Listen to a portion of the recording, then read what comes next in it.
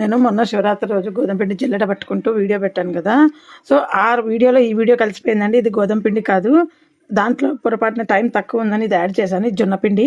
అంత జిల్లెడ పడితే ఎంత నూకుంది, పడేద్దాం అనుకున్న తర్వాత ఐడియా వచ్చా, జొన్న కుడుములు చేసుకుంటాను కదా నేను, దానికి యూజ్ అవుతుంది ఎందుకు పడేయటం అని దాన్ని కలెక్ట్ చేసి పెట్టానండి. ఎప్పుడైనా ఇలా నూక పట్టుకున్నప్పుడు జొన్న పిండి మీరు జల్లెడ పట్టుకొని నూక తీసి పెట్టుకొని జొన్న కుడుములు నేను పాత వీడియోస్లో చాలాసార్లు చూపించినాను. మళ్ళీ సెర్చ్ చేయండి నా వీడియోస్. నేను ఈరోజు 6 ఏళ్ళ నుండి అన్ని వీడియోలు చూపిస్తున్నా. ప్రతి ట్రిప్ వీడియో షూట్ చేసి పెట్టడం కుదరదు. చాలా హెల్తీ కదండి జొన్నలు. ఇంకా సమ్మర్లో అయితే మేము బాగా చేసుకుంటాము. నాకైతే ఇప్పుడు జొన్నలు దొరికిన జొన్న పిండిలో నూక ఇలా కలెక్ట్ చేసుకున్నా. 2 జొన్నలు అయితే 1 కందిపప్పు అండి కొలత. నా వీడియోస్ ఉంటాయి, ఎవరికైనా ఇంట్రెస్ట్ ఉంటే సెర్చ్ చేయండి. షార్ట్ వీడియోలో కూడా ఉన్నాయి జొన్న కుడుములు, వసుమతీస్ వ్లాగ్స్ అని. మీకు సెర్చ్ చేస్తే చాలా వీడియోలు ఉన్నాయండి. నేను ఒకసారి చేసినట్టు ఒకసారి చేయను, డిఫరెంట్ వంటలు ఉంటాయి. వీడియో నచ్చితే లైక్ చేయండి.